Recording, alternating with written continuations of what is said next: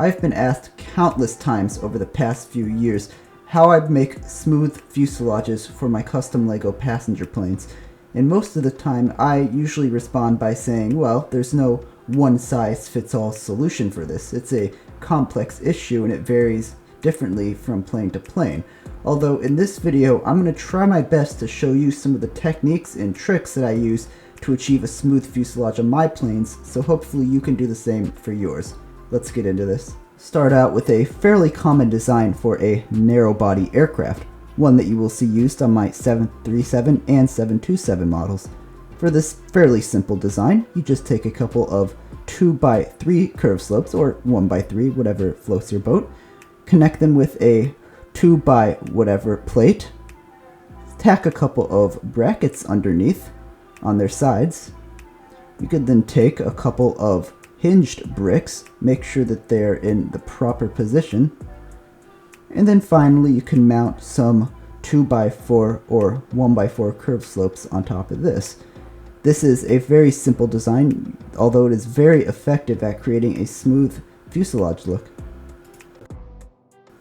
In order to create the underside of the fuselage, we are going to go through a very similar process with our 2x3 curve slopes, very similar to how we would have done for the roof, although in this case we are going to want to stack up a couple more plates past the center line. We're going to also want to use smaller brackets, 1x2 brackets instead of 2x2 brackets. This is so we have room inside of the curve slopes for a way to mount this onto our plane. We're going to want to hook up our 2x4 curve slopes in the exact same way we did for the roof. Mount them onto the sides, except in this case, after we mount the curve slopes to the curve slope on the bottom that acts as the very bottom of our fuselage, we need a mechanism for mounting this to the underside of the floor on the plane. So for that, we're going to use a 2x4 red brick to elevate us up to where we need to be. And we're going to use a very common method that I like a lot to build upside down. We're going to connect two headlight bricks in this case, and you can see that the geometry of this works out so that when you stack two of these on top of each other and then stack a plate, a single plate between them, that gives you a perfect 2x2 brick with studs on the top and bottom as well as the side. This will allow us to mount our fuselage underneath our plane. When it comes to building the actual fuselage, again, this will vary quite drastically between the plane you're building, but in this case, I'm just going to make a small cutout of a 12 stud wide narrow body airliner. So in this case, I'm just going to stack a couple of 2x12 plates on top of each other. I'm also going to stack up the bricks on each end to create the walls. This is where the windows are then going to be stacked on after you stack a couple of plates on here. And the reasoning behind this is because you want to have something to actually install your fuselage onto. So this is where you would put most of the structure of your model. The structure does not want to be carried through the roof. You want to carry most of the stress and most of the strain of the model through the floor and the fuselage. So after you mount your windows and you put the tiles on top of it, I'm going to show you how I mount my chairs to this.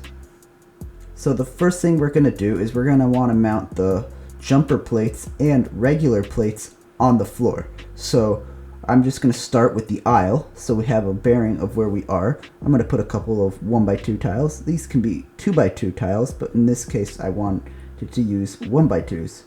We're then going to want to use some jumper plates. This is a plate where it has a single stud on top of it. We're going to place a couple of these closest to the center, closest to the aisle. And then we're going to place plates towards the window seats. This is so we can offset our seats by half a stud so our minifigures will actually be able to sit down. Some people will just put those seats right next to each other, and this will also work. But in my case, I wanted to offset them just a little bit so we can actually seat minifigures in our seats.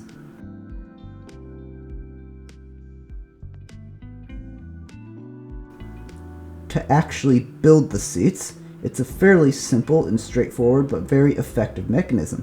We're going to use a 2x2 inverted tile. This can also just be a 2x2 plate. We're going to use a 1x2 plate. We're going to stack that on top of the inverted tile.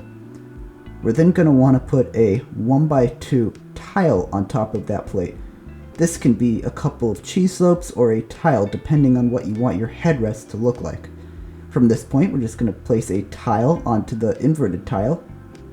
Then we're going to take a 1x2 hinge brick. This is going to be a brick that looks to have a bar on it. We're going to place this at the other end of that tile. And then to finish this out, we are going to want to take a couple of 1x2 plates with the clip on the end. And this is going to be where the minifigure actually sits down on. This is my fairly straightforward seat design. I've used this on multiple models and it works out very well for what it's designed to do. At this point, we're just going to place our seat onto the jumpers or onto the plates. And to save time, I've built 3 more seats to put in our fuselage model. You can see these seats just mount directly onto the jumper plates and onto the plates closest to the window, leaving a stud in the middle for the aisle. It could be kind of tight, but in this case it's Lego minifigures and proportions aren't exactly 100% to reality. At this point, we're going to want to mount our fuselage underneath our floor. So in order to do that, we're just going to take our pre-built fuselage and stick it directly underneath the floor of our plane. This should fit fairly easily and there shouldn't be very large gaps. In my case, the roof just sits directly on top, and you could connect this at the front and at the back, but I left it like this so you can have easy access to the inside. You can see laid out some of my favorite curve slopes. The 2x2 curve slope, the 2x3 curve slope, the 2x4 curve slope. I use these a lot for especially my larger models. And then occasionally the 1x10 curve slope. I do not use this as often, but it can come in handy for wing airfoils and such. You could also see that I've laid out some of the best bricks to use for this situation. Regular bricks with a stud on the side can be very useful for mounting curve slopes at an angle, as well as headlight bricks if you want to mount them at a slight indent. You can also see the bracket and the hinged brick are also very helpful for creating a fuselage look. You could see how I used some of those parts in the cross section of my Air Force One 747 fuselage. You can see that I used the 2x4 curve slopes as well as the 2x2 curve slopes to get the design. This coincidentally would also be the fuselage cross section for a Boeing 777.